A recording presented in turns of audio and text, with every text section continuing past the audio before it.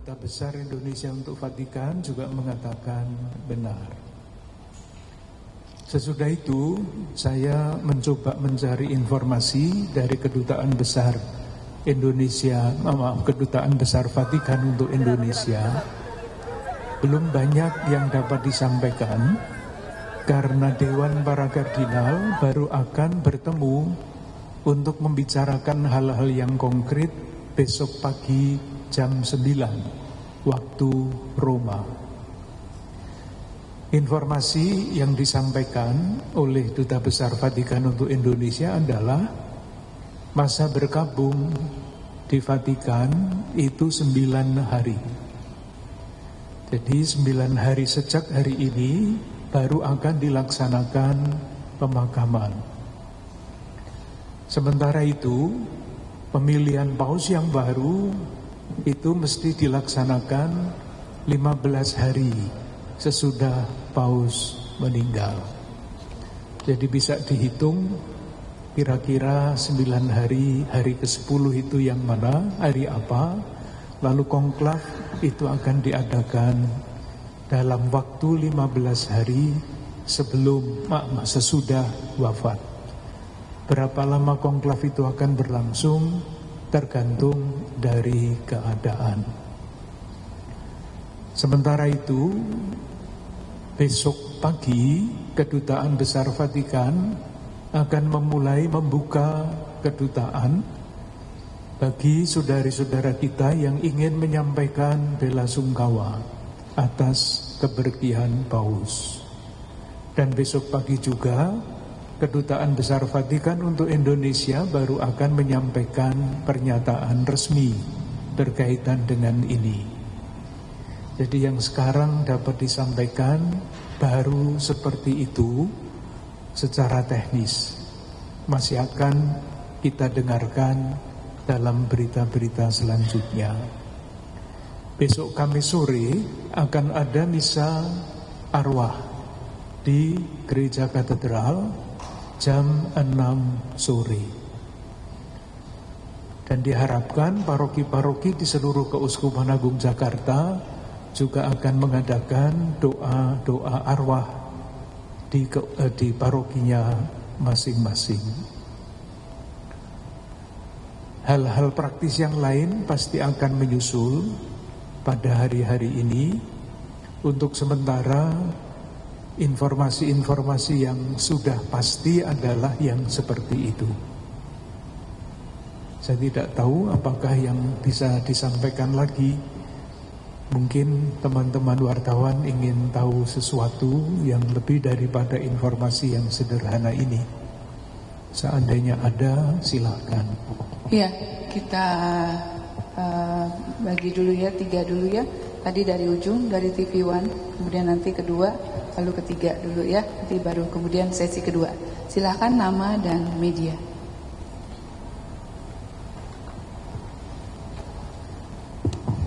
Selamat sore Bapak Kardinal, perkenalkan saya Kezia dari TV One.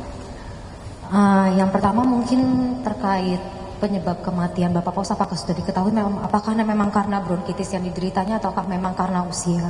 Kemudian yang kedua, ini memang Bapak Paus kalau kita ketahui sempat menyetujui edisi terbaru dari buku liturgi terkait pemakaman Paus. Nanti apakah sudah ada informasi, apakah nanti untuk liturginya apakah akan dilaksanakan menurut dari buku yang atau peraturan yang sudah disetujui oleh Bapak Paus? Kira-kira seperti itu, terima kasih. Kalau wafatnya pasti sebagaimana kita tahu, penyakitnya jelas. Selain penyakit memang penyakit, tetapi usia beliau yang sudah 88 tahun dan sejak muda paru-parunya hanya 1, itu pasti berpengaruh di dalam perkembangan kesehatan beliau. Itulah yang tadi dikatakan Romo Ulun. Menurut informasi, beliau meninggal dalam berita yang saya terima dari Dewan Para Kardinal itu pada jam 7.45 waktu Roma tadi pagi. tetapi pengumumannya baru dilakukan 2 jam kemudian, seperti biasa. Saya kira itu prosedur yang biasa untuk siapapun yang meninggal, tidak tiba-tiba diumumkan, tetapi menunggu sampai ada kepastian medis. Yang kedua, mengenai liturgi, pasti sudah ada yang mengatur, karena itu tadi yang belum dikatakan, yang kami katakan belum ada pengumuman resmi apapun. Karena besok pagi para kardinal yang tinggal di Roma itu baru akan mengadakan rapat pertama besok pagi jam 9. Saya kira hal yang teknis, liturginya bagaimana dan sebagainya itu akan diputuskan dalam rapat itu.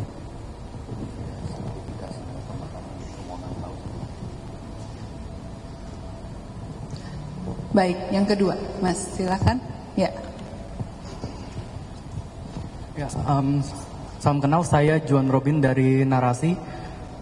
Mungkin kita semua tahu bahwa Kardinal Suharyo sendiri sering berjumpa dengan Paus Fransiskus, dan saya juga ingat sekali saat kedatangan Paus ke Indonesia, Kardinal Suharyo juga menyebut bahwa hal yang patut kita perhatikan adalah kesederhanaan dari seorang Paus Fransiskus. Kardinal yang seorang dari tokoh seorang Paus Fransiskus ini dalam melayani seumur hidupnya ini. Mungkin itu dari saya. Terima kasih. Betul. Yang sangat mencolok dalam pribadi Paus Fransiskus adalah kesederhanaannya.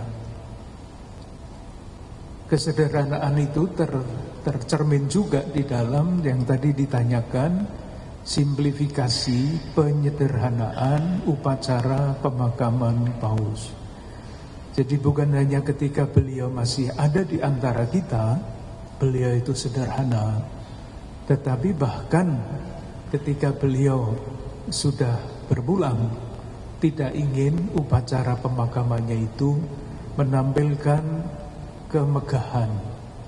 Mungkin baik kalau masih dikatakan bukan kemegahan, tetapi keagungan. Beda. Dan keagungan itu justru itulah yang tampak di dalam pribadi Paus Fransiskus. Jadi beliau itu agung, mulia, bukan karena kekuasaan yang beliau punya sebagai kepala negara, tetapi justru kesederhanaannya. Dan kesederhanaan itu tampak di dalam pilihan. Tahu beliau tidak tinggal di istana kepausan, tetapi tinggal di Casa Santa Marta, itu hotel di dalam kota Vatikan, tinggal bersama-sama dengan pelayan-pelayan Vatikan yang tinggal di situ. Ini bukan hanya masalah tempat tinggal, ini adalah sesuatu yang sangat simbolik. Beliau ingin mengubah wajah gereja yang monarkis menjadi gereja yang melayani. Dan itulah yang sungguh-sungguh menarik, karena di zaman sekarang ketika orang berlomba-lomba, bersaing, bahkan berlomba-lomba untuk mencari kekuasaan, beliau justru sebaliknya ingin menunjukkan bahwa jabatan itu bukan untuk diduduki, tetapi untuk dipangku. Beda ya, jabatan dan memangku jabatan. Beliau ingin dikenal sebagai pelayan. Dan yang seringkali dilupakan, saya tidak tahu apakah ini bisa mudah ditangkap atau tidak, pribadi yang seperti itu buah dari suatu transformasi yang lama. Transformasi pribadi itu sudah mulai ketika beliau berusia 17 tahun. Namanya Jorge Bergoglio. Pasti belum berpikir tentang menjadi paus dan sebagainya. Usia 17 tahun. Yang menentukan hidupnya, ini seringkali sulit untuk dipahami, yang menentukan hidupnya adalah pengalamannya akan Allah. pada usia 17 tahun itu, entah bagaimana ceritanya panjang, dia mengalami sentuhan yang mendalam di dalam batinnya, yaitu wajah Allah yang memancarkan kerahiman. Ini Allah adalah Maha Rahim. Itu ditulis di dalam salah satu buku oleh seorang penulis yang juga ikut datang ke Indonesia waktu Paus berkunjung. Judul bukunya dalam bahasa Inggris, Nama Allah adalah Kerahiman. God is mercy. Pengalaman inilah yang mendorong transformasi pribadi Paus Fransiskus sampai sekarang. Dan kalau melihat lambang dari Paus Fransiskus, itu tulisannya Miserando atque eligendo. Persis itulah dalam bahasa Latin pengalaman yang menyentuh pribadinya. Allah yang memancarkan kerahiman yang tanpa batas dan memilih seorang rasul yang namanya Matius. Nah, pengalaman dasar itulah yang menentukan pilihan-pilihan hidupnya. Maka jangan heran kalau dari segi yang paling sederhana sampai segi-segi yang paling penting, pilihannya itu jelas, keberpihakan kepada saudara-saudari kita yang terpinggirkan. Pilihannya selalu begitu. Jadi misalnya ketika beliau menjadi paus pertama kali keluar dari Vatikan, beliau pergi kemana? Ke suatu pulau di Italia Selatan yang namanya Pulau Lampedusa. Pulau Lampedusa itu seperti Pulau Galang tahun 70-an di sini, tempat para pengungsi berlabuh dari Afrika masuk ke Eropa untuk mencari hidup yang lebih baik. Tidak semua pengungsi bisa mendarat di Pulau Lampedusa itu. Banyak yang tenggelam di laut. Maka pada waktu pergi ke sana, itu sudah pilihan keberpihakan. Berpihak kepada saudara-saudara kita pengungsi mencari hidup yang lebih baik tetapi tenggelam. Sehingga ia merayakan Ekaristi, ibadah, altarnya itu perahu yang rusak yang dipakai oleh para pengungsi itu. Pilihan. Sama dalam hal yang paling sederhana juga, kalau beliau merayakan ulang tahun, yang diundang bukan pejabat-pejabat Vatikan. Yang diundang adalah pengemis-pengemis yang kalau malam hari tidur di lapangan Santo Petrus itu. Pilihan sepatunya juga sama.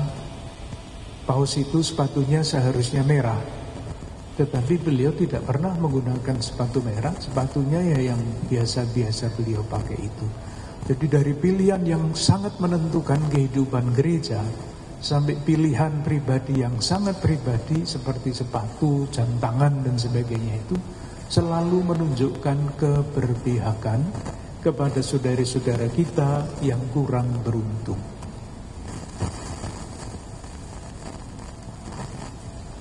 Ya. Yang ketiga tadi, Mas, yang ketiga, silakan. Tadi ada baju biru. Ya, silakan, Mas.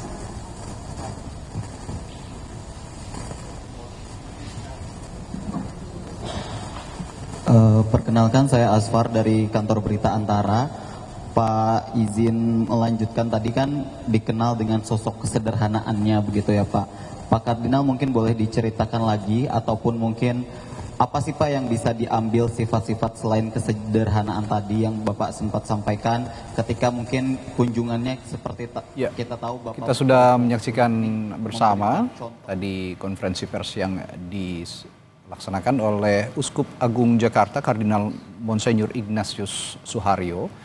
Ada beberapa hal yang disampaikan, yang penting, hal yang penting adalah besok jam 9 pagi akan ada pengumuman lebih lanjut terkait sikap Uskup Agung Jakarta dan juga umat Katolik di Indonesia untuk mengadakan doa bersama. Lalu juga ada disampaikan bahwa masa berkabung 9 hari sejak hari ini baru nanti ada prosesi pemakaman. Ya, saya